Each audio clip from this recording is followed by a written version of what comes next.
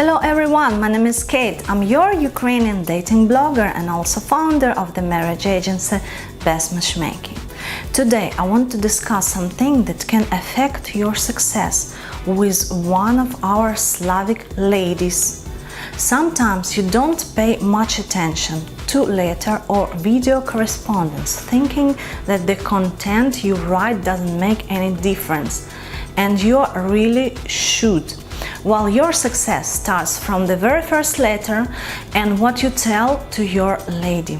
So today I will tell you all the do's and don'ts when corresponding with Ukrainian and Russian women in letters and online chats. Ready? Then keep watching till the end, while this information may surprise you a lot. Let's start. The list of questions. No to the list of questions. Very often you guys send a very long list of questions in your very first letter to a woman. Yes, I can understand you don't want to waste money and time and want to get to know your woman the soonest and at once. But please never do this. When opening your letter, a lady wants to see some warm and cheerful words. And some humor, of course. She wants to see the light flow of emotions and doesn't expect to get a list of questions to be interrogated. If you don't want to seem too boring for her, you better forget about long questions lists and communicate on a positive wave. Show her that you are an easygoing person with a sense of humor instead of being a terrible and crushing bore. This is the very first thing that will turn her away from you. And if you are still single and don't want to be, then welcome to check our marriage agency, where the most intelligent, beautiful and marriage-minded ladies are looking to establish serious relationship. Don't hurry to ask about sexual fantasies too quick. Some men hurry to ask women about their sexual fantasies or share their fantasies with women. Of course, sexual life is very important, but Ukrainian or Russian women are not talking about it in letters at all. They don't share or discuss such topics in video chats as well too. Intimacy and physical contact are very important for them in the relationship, and it is understandable. When you are a couple, you will talk about it and have it, but if you are trying to find a wife, don't even start such talks during your correspondence. Otherwise, she will think you are not serious, and the only thing that interests you is intimacy. The same thing concerns feelings. I have already told you many times that expressing feelings in letters and video chats is not for Slavic women. So don't do it yourself and don't ask her to do it. Because if you start sharing your feelings in correspondence before you meet in person even, it means for her you are not serious. And you write about your feelings to every lady probably. Don't discuss financial issues.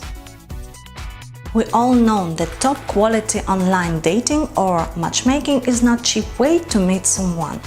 But if you have chosen that way, you should be ready for that and not complain. Very often men start writing in a letter about how expensive it is for them to write letters, or try to send their contact information right through letters. Or they use various tricks to send their emails or telephone numbers in video chats. Please note, guys, that such behavior is one of the worst red flags to any woman. Once you start complaining and sending her your personal information, she thinks you are just tied ass. Even if online dating is expensive for you, don't show this to a lady. Or don't even try it. Stay home and look for a lady around. Then what the hell are you trying online dating or matchmaking then? On our side, women also pay for their membership, and none of them complains. So why should you?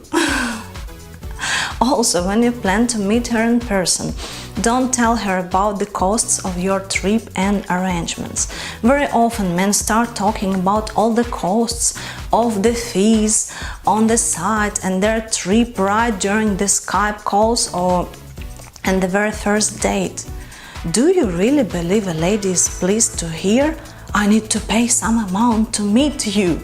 Believe me, she's not only not happy to hear that, but also has an impression that she owes you something now. After such Skype conversation, women often ask us managers, "Why is he discussing that with me?" So please, guys, never discuss or complain about the cost of your online experience. Women will not appreciate that and will only think you're always complaining about everything. Never forget that your video chat is a dialogue and not a monologue. There are different people and some of you are shy, but the others really talk too much. But don't forget that a video talk should be a dialogue between you both. If you are too shy, then think in advance what kind of questions you shall ask in order to avoid uncomfortable pauses. But some men are so talkative, so they just talk about themselves in a video correspondence or letters and absolutely forget that there is a woman who may want to ask you some questions also in return, or wants you to ask how is she doing, or other questions that would show that you're interested in her.